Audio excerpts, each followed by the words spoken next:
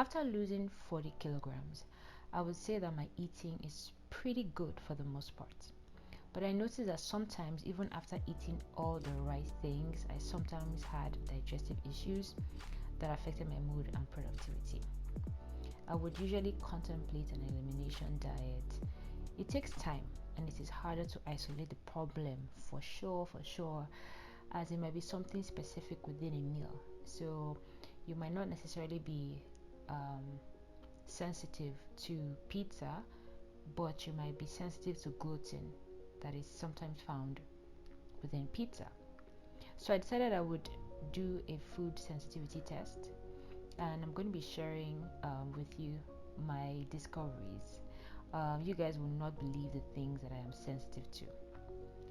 I ordered the food sensitivity kit from Everlywell.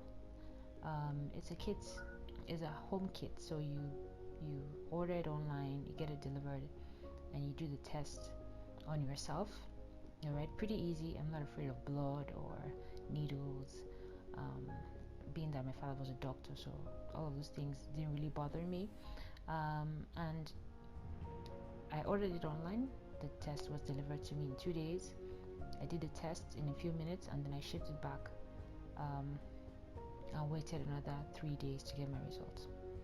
To view my results, I have to log into their platform and then view it there.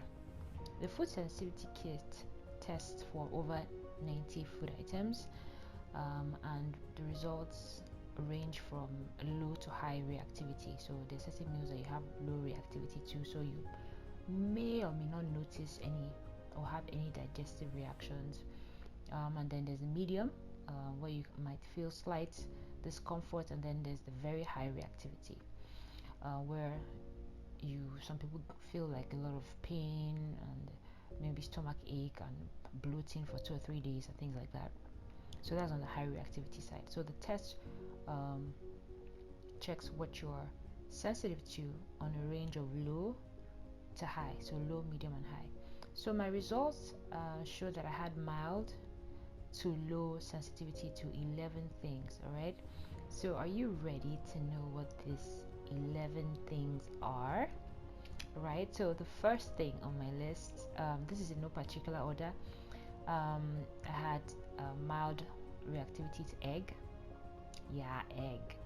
I think I consumed egg for most of my life, at least a decade. I recently stopped consuming eggs, maybe for about 2 to 3 months, that I stopped egg completely. At the time when I stopped taking eggs, I didn't even know that I was sensitive to eggs, right? The second thing, chicken. Wow. Okay, so on a specific path right now where I'm eliminating as much as possible animal protein. So one of the things that I had originally taken out was chicken, all right? But I ate loads and loads of chicken. I still think about chicken. I wouldn't say that I love chicken as much as I used to, but if I had done this test last year and they had told me, or I had noticed, or had gotten the result that I was sensitive to chicken, I would have been very sad. So I was a bit surprised, but um, it was kind of a relief that I was already eliminating it from my diet. The third thing is gluten. Gosh, this kind of bothered me because almost everything that I like and enjoy to eat contains gluten. So sometimes it's still a challenge for me. I have to like check when I'm buying stuff and I'm making meals. Does this thing have gluten? Does it not have gluten? So it's quite a tiring process, but it's good for me to at least know that I'm sensitive to it. I was also mild on this one. Rye. I don't know how I feel about rye because it's not something that it comes readily to mind. You really have to look at the packaging to ensure that there's no rye in what you're buying. So since I'm already taking out as much as possible packaged foods, it's kind of easier for me. The fifth thing is wheat. Oh gosh, I love bread. I really love bread. I mean, I can go a month without having bread, but like when I have bread, I want to have bread. So wheat, gosh, yeah. So wheat was on the list. Eggplant. I never really liked eggplant, so but eggplant is part of it. Garlic, guys, garlic. How can I be sensitive to garlic? I mean, I like garlic so much I can put garlic in eggs. All right, so it was on my list. Coffee. um Being that I'm half Brazilian, coffee is like a daily, we have to have coffee. When I became certified as a health coach, I started to tone down my coffee, mostly because of the effects that coffee has on the teeth on the long term. But coffee is definitely something that I really like. So instead of taking the normal coffee, I just started taking vegan based coffee now. But yes, for once in a while when I go out, Starbucks and stuff, I like to grab a cup of coffee. And at the back of my mind, I'm like, I can't have coffee again for the next 10 days or 2 weeks and things like that. Oregano, this one pained me because I like oregano, fresh oregano especially, and I can't have it. Coconut, I don't really like coconut. I like coconut water, but coconut like as a snack to chew, I never really liked it, but it's on my list. And then the last and final thing is cashew nuts. This one really broke my heart because I really love cashew nuts, and yeah, I have mild sensitivity to cashew. So these are the 11 things, guys, that my test results showed that I had food sensitivity to. Now, this list, like I said, broke my heart because I eat most of these things on the list. Most of them are very healthy, right? They are things that dietitians and nutritionists would recommend. But somehow I am sensitive to some of these things. Yeah, yeah. So know this: you can have food sensitivity to healthy things. All right.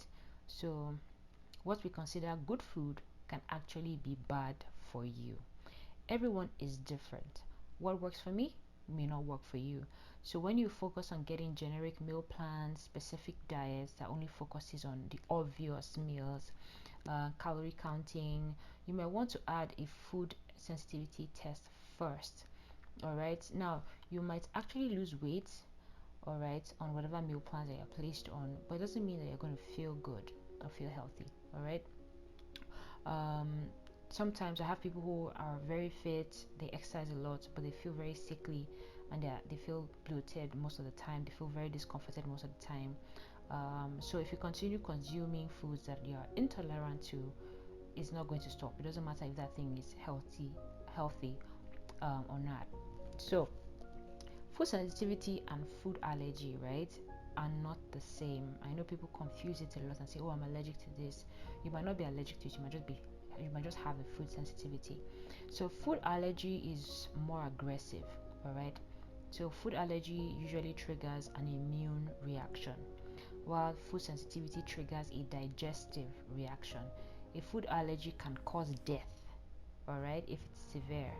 But food sensitivities are not dangerous, right? They are just very unpleasant.